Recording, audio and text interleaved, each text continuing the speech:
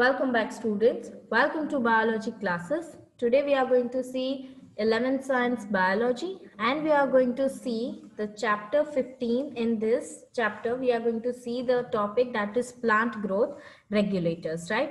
So what are plant growth regulators? Please now let's understand these three words in different way, right? So plants and in plants growth, whatever growth is taking place, and regulators, that is those submolecules or those chemicals, right, or those compounds which are responsible for imparting the growth to the plants, and that is known as plant growth regulators, right? And this plant growth regulators, they are simple molecules of diverse chemical composition which may be indole compounds, adenine derivatives, or derivatives of carotenoids, right?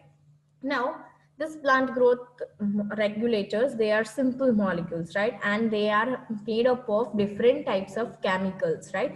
And the chemical composition can be of indole compounds, as well as there can be several derivatives of adenine or carotenoids, right? So we are going to see different types of plant growth regulators in detail. Now, auxin was the first plant growth regulator which was being isolated, right, by FW, like Went, right? So FW Went, he was the one who isolated the auxin, and he isolated this auxin from the tips of coleoptiles of oat seedlings, right? So coleoptiles, as we are knowing that radicle and plumule, these two of them, they are having the covering of two things, that is coleoptile and the coleorhiza, right? So this auxin was being isolated from the tips of the coleoptiles of the oat seedlings, right? Next is the Becken disease of rice seedlings is caused by fungal pathogen Gibberella fujicuroi, right? So this Gibberella fujicuroi, this was the pathogen, and it is fungus, right? So this fungal pathogen, he caused the Becken disease in the rice seeds, right? Then E. Kurosawa found that this disease is caused due to presence of gibberellin. So this particular gibberellin, it is a plant growth regulator, and due to the presence of this gibberellin, this disease was being caused, right? Then Skoog and Miller, they identified and crystallized a cytokinesis promoting active substance called kinetin. So Skoog and Miller, these two of them, right, they identified as well as crystallized the cytokinesis, that is the division of the cell, right, and promoting the active substance, right? What they are promoting to be getting produced a substance which was known as kinetin, right? So this is about the basic introduction. This is not that much important. You need to just remember about the auxin, because this is one of the it can be asked that who was the one who isolated the auxin from the tips of coleoptiles of oat seedlings. So he was FW Went. Now, this plant growth regulators, they are of two types. One is who is promoting the growth, that is who is responsible for growing or for imparting the growth to the plant.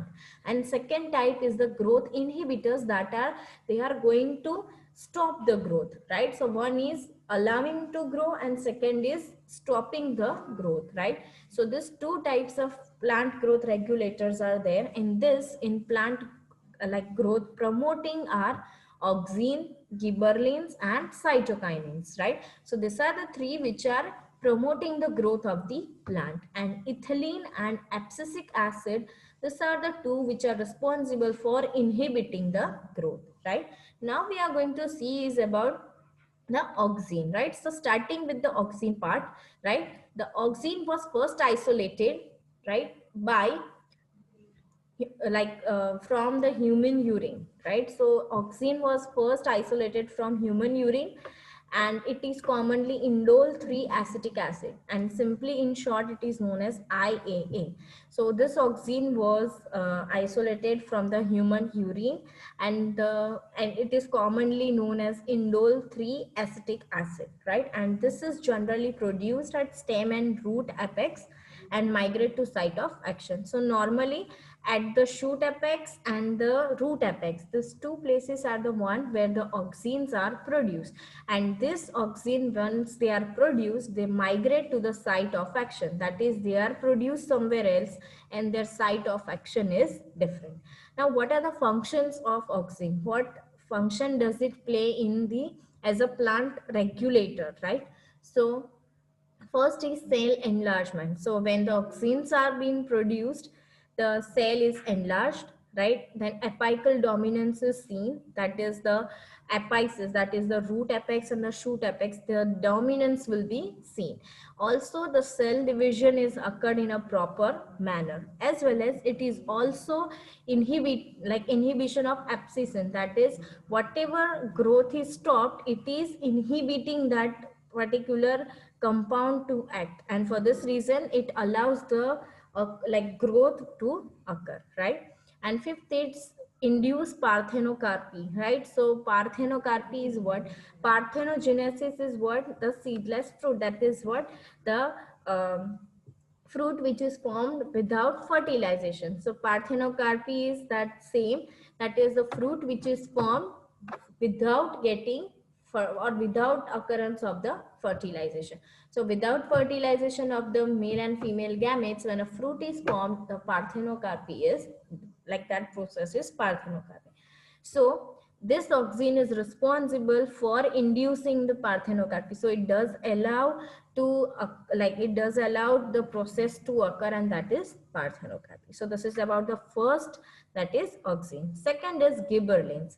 These gibberellins are promotory PGR, that is the plant growth regulator, which are found in more than 100 forms, right?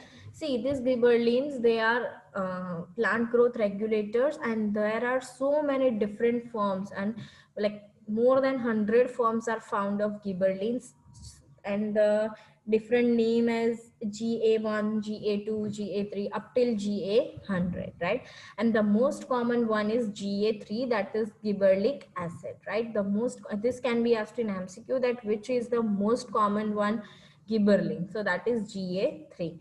Now the function of this gibberellins is to do the cell elongation. That is, whatever the elongation part is taking place in the cell, that is being occurred due to the presence of the gibberellins. Second is breaking of dormancy. Dormancy is what? When unfavorable condition is there, at that time the particular plant or the particular cell, it loses its water and it becomes dry, and it enters into a stage which is known as dormancy. That is, it converts itself either into a spore or a seed, right? And again back when it's again when the favorable condition comes, at that time what happens? Again it becomes vegetative, and this way it again starts to divide the cells. So that is, this gibberellins, they are responsible for breaking that dormancy, right? Then early maturity is being provided by the gibberellins. So whatever maturity level is being occurred inside the plants, it increases, right? Early maturity is being provided with the help of the gibberellins. And the fourth one is the seed germination, which is seen by the use of the gibberellins. So even the seed germination is also carried out by the gibberellins. Next is cytokinins, right? Cytokinins is the plant growth hormones, right, which is basic in nature, right? So this cytokinin, these are the plant growth hormones which are basic in nature, right? And this most common forms include kinetin, zeatin, right, etc. Like this type of common forms of cytokinins are found, and they are mainly synthesized in roots. So the cytokinins, they are always found in the roots. The function of these cytokinins is to do the cell division and cell differentiation. That is, they are undergoing the cell division, right, as well as the cells which are formed, they are being differentiated into specialized cells. Second is essential. This cytokinin is very much essential for tissue culturing, right? So when the tissue culturing is carried out, at that time, this cytokinin plays a very important role. Third is it overcomes the apical dominance. That is, whatever apical dominance was seen, right? That is at the root apex and the shoot apex. This cytokinins, they overcome the apical uh, dominance, right? Then also it promote the nutrient mobilization. That is, whatever nutrients are being produced, it is being provided to all the different body parts of the plant, right?